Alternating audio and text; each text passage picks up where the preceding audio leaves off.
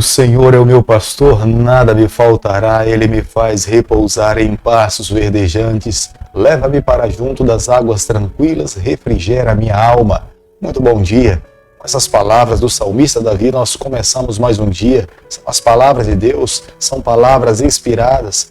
É a declaração de que temos um Deus que é o nosso supremo pastor, que jamais falha. Ele sempre está ao nosso lado para nos suprir, nos amparar, nos proteger e nos livrar de todos os males. A cada dia, nossa primeira ação deve de fato se voltar para Ele, abrir o nosso coração e nos colocarmos em Suas mãos. A cada dia, nesse canal, nós estudamos um capítulo da Palavra do Senhor. E nessa manhã eu convido você a ter nas mãos a Palavra de Deus no livro de Eclesiastes, capítulo 5, o versículo 1. Guarda o pé quando entrares na casa de Deus. Chega-se para ouvir é melhor do que oferecer sacrifícios de tolos, pois não sabem que fazem mal.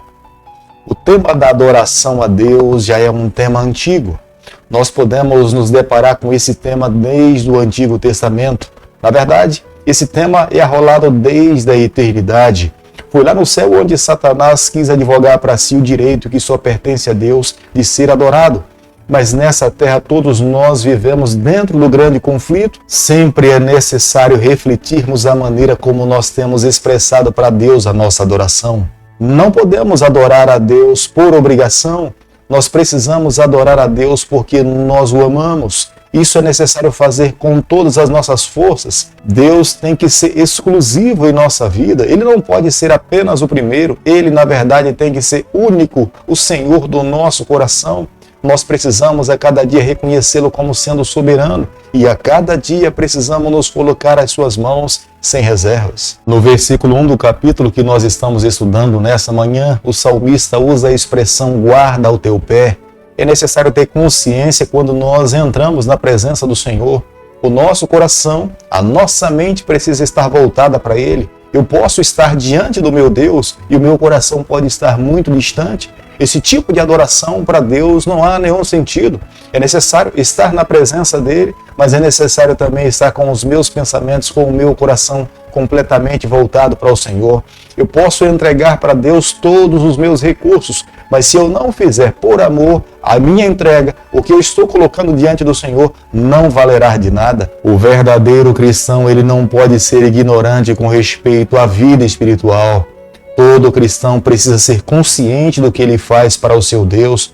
Toda adoração precisa brotar do mais profundo, íntimo do coração. Ele precisa entender que quando ele está diante do Senhor, ele está diante de um Deus que esquadrinha os seus pensamentos, que esquadrinha o seu coração. Ele sabe, na verdade, mais do que nós mesmos nos conhecemos. É a razão pela qual toda vez que vamos nos apresentar diante do nosso Deus, primeiramente eu preciso na minha casa, aonde eu estiver, abrir meu coração a Deus, confessar as minhas falhas e clamar para que aquele momento de adoração alcance os objetivos que Deus espera de mim. Estar na presença de Deus e não estar preparado para esse encontro é um risco, é estar precipitado, é proferir palavras que de repente eu não gostaria de ter proferido. É fazer um voto que em dado momento eu não vou conseguir cumprir, é orar a Deus falando de algo que não é verdadeiro, que não é sincero. É um risco para todo cristão, é um risco para todo adorador. Por isso que é necessário, antes de estarmos diante do Senhor, avaliarmos, pensarmos, medirmos as nossas palavras, os nossos passos, as nossas ações, para que a nossa oferta, a nossa adoração seja aceita. Nenhuma religião, nenhuma comunidade cristã deveria oprimir os seus adoradores. Eles devem ser livres, eles devem ir diante de Deus com o seu coração aberto. Apresentar as suas ofertas deve ser um resultado de amor e é ter reconhecido na semana as bênçãos de Deus sobre a sua vida. Quando algum movimento religioso oprime, coage algum adorador a entregar para eles em nome de Deus os seus recursos ou alguma coisa, na verdade esse tipo de adoração não é aceito pelo Senhor. O Senhor deve ser soberano na nossa vida. Ninguém jamais um dia poderá encontrar-se com o seu Deus se o alvo da sua vida nessa terra é acumular riqueza, é acumular bens, é acumular poder. Deus precisa ser soberano sobre o nosso coração. Ele tem que ser único e exclusivo Senhor da nossa vida.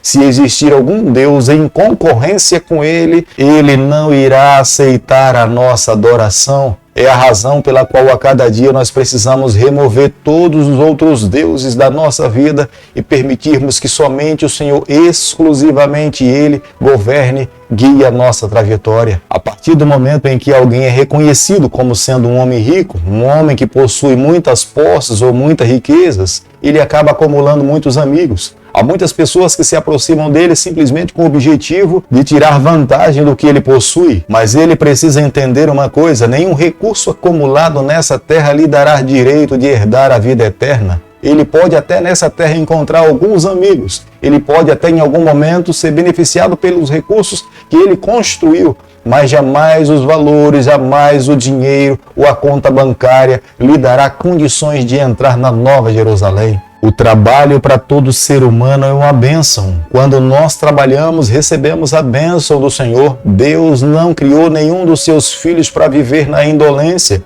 Quando nós trabalhamos e voltamos para nossa casa e passamos uma noite de sono, de repouso, o sono é restaurador, o sono é necessário, porque houve um dia de atividade, mas aquele que vive na indolência e volta para casa e tenta dormir, terá dificuldade para dormir porque as suas energias não foram gastas, o seu corpo não gastou as energias, portanto ele terá dificuldade de ter uma boa noite de sono. Há muitas pessoas que não conseguem ter uma boa noite de sono em decorrência da ansiedade, têm medo de perder o que construíram, estão ansiosas com o dia de amanhã. Muitas vezes se preocupam que alguém possa roubar o seu tesouro. É por isso que Salomão nos aconselha não construirmos tesouros nessa vida, porque alguém aqui pode roubar, um país pode falir, a economia pode afundar, mas aqueles que acumulam tesouros na eternidade, lá ninguém poderá tocar, lá ninguém poderá roubar. É por isso que nós somos aconselhados a cada dia a construirmos tesouros nas mansões celestiais. Eclesiastes capítulo 5, versículo 15, a Bíblia diz o seguinte: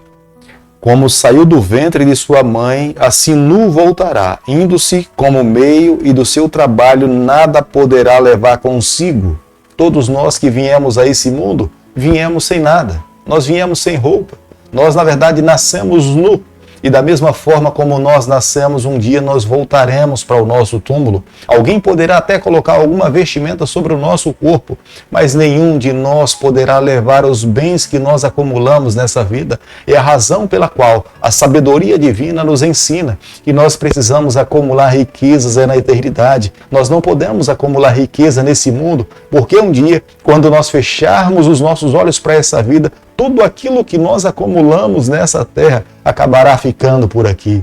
Somente o nosso caráter, somente o amor a Deus, a lealdade ao Senhor, a fidelidade a Deus é que nós levaremos por toda a nossa eternidade. A sabedoria divina, no versículo 16 do capítulo que nós estamos analisando nessa manhã, nos ensina que viver dessa forma é trabalhar para o vento, é correr em vão, é não ter sabedoria, é na verdade viver para essa terra. Aqueles que estão vivendo dessa terra e não entenderam a sabedoria divina, jamais poderão alcançar a salvação em Jesus Cristo. Trabalharão, viverão, passarão por momentos difíceis, mas o final da sua trajetória será morte, dor, tristeza e decepção. Jamais nós devemos nos esquecer que o autor do livro de Eclesiastes, ele está falando da sua própria experiência. Salomão viveu dessa forma. Salomão oprimiu a sua corte, Salomão oprimiu os seus servos. Na verdade, a nação de Israel pagou um alto preço quando Salomão se tornou rei da nação de Israel, porque ele queria construir grandes palácios, ele queria construir grandes monumentos e ele precisava de que as pessoas trabalhassem para ele, lhe dessem recursos para que ele tivesse condições de construir todos os seus sonhos. A nação de Israel teve que pagar altos impostos quando teve Salomão como sendo rei da nação de Israel. Mas Salomão chega na fase madura da sua vida e reconhece que nada disso satisfaz o desejo do coração. Quantas coisas Salomão construiu, quantas obras Salomão realizou, mas o seu coração ainda continuava vazio. E ele entendia a paz que poderia sentir só de fato ele abrisse o seu coração para que Cristo reinasse, para que Deus inundasse o seu ser e fosse o único e exclusivo Senhor da sua vida. Quando Deus abençoa alguém, é com o objetivo de abençoar outras pessoas. Deus jamais entrega uma bênção a alguém para que esse morra no seu egoísmo ou na sua ganância.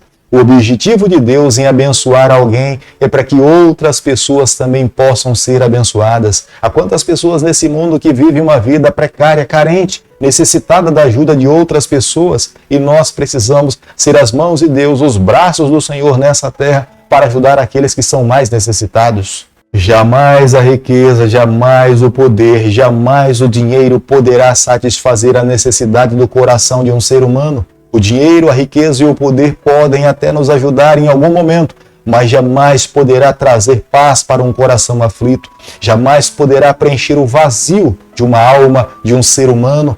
Quem, na verdade, satisfaz todos os anseios da nossa alma, do nosso coração, é o nosso Salvador Jesus Cristo. É por isso que a cada dia nós temos que nos submeter à sua guia, à sua vontade, à sua direção, para que nós possamos viver em paz.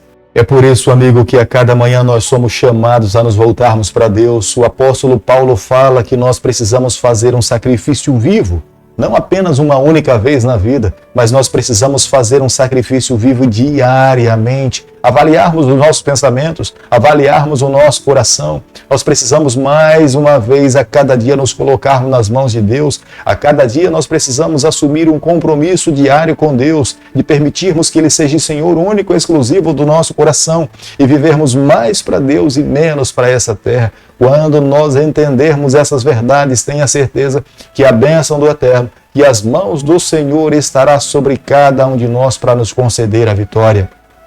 Querido Pai, em Tuas mãos nessa manhã nós nos colocamos, queremos a cada dia sermos mais do Senhor, menos de nós mesmos. Queremos fazer um sacrifício vivo para permitirmos que o Senhor conduza a nossa vida. Nos toma nas Tuas mãos, nos abençoe e nos guarde. É o nosso pedido, é a nossa oração e o fazemos em nome de Jesus. Que o Senhor te abençoe e te guarde.